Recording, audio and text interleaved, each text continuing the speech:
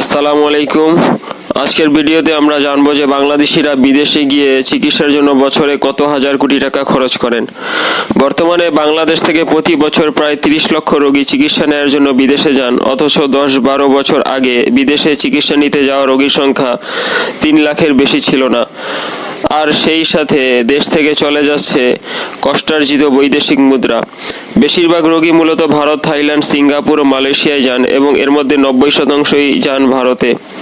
অথচ আমাদের দেশে শত শত হাসপাতাল, হাজার হাজার চিকিৎসক আছে, তারা কি দায়িত্ব পালন করছেন এই জন্য?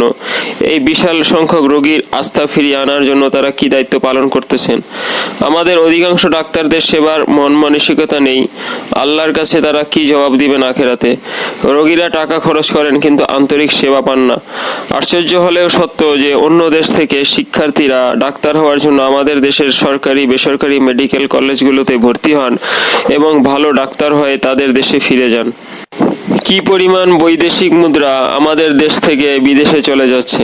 বাংলাদেশ ব্যাংকের গভর্নর আহসান এইচ মনসুর বলেন যে বাংলাদেশিরা বিদেশে চিকিৎসার জন্য বছরে $5 বিলিয়ন বেশি খরচ করেন, যা বাংলাদেশি টাকায় 70,000 কোটি টাকারও বেশি হবে। আসলে টাকার পরিমাণটা আরও অনেক বেশি।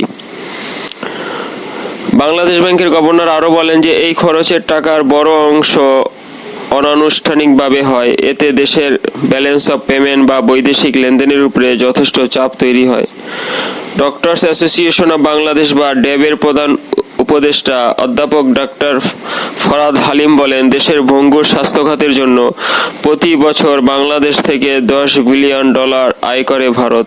অর্থাৎ বাংলাদেশ থেকে রোগীরা ভারতে গিয়ে বাংলাদেশি টাকায় 1,20,000 কোটি টাকার বেশি দিয়ে আসেন, অথচ আমরা প্রতি বছর এর 10% টাকা সঠিকভাবে খরচ করলেও আমাদের স্বাস্থ্য খাতের চিকিৎসা অর্থাৎ আমাদের দেশের চিকিৎসার ব্যবস্থা অনেক উন্নত হতো।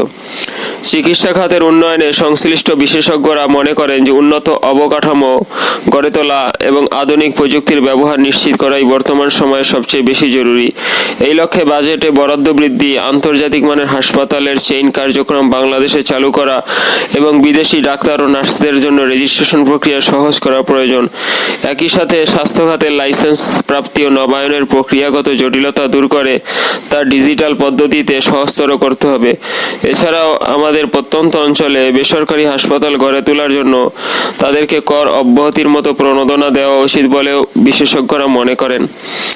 ধন্যবাদ, ভালো থাকুন, আবার কথা হবে। ভিডিওটি ভালো লাগলে লাইক দিন, বন্ধুদের সাথে শেয়ার করুন এবং এরকম ভিডিও আরও পেতে চাইলে চ্যানেলটি সাবস্ক্রাইব করুন। আমাদের সাথে থাকুন। আল্লাহ হাফেজ।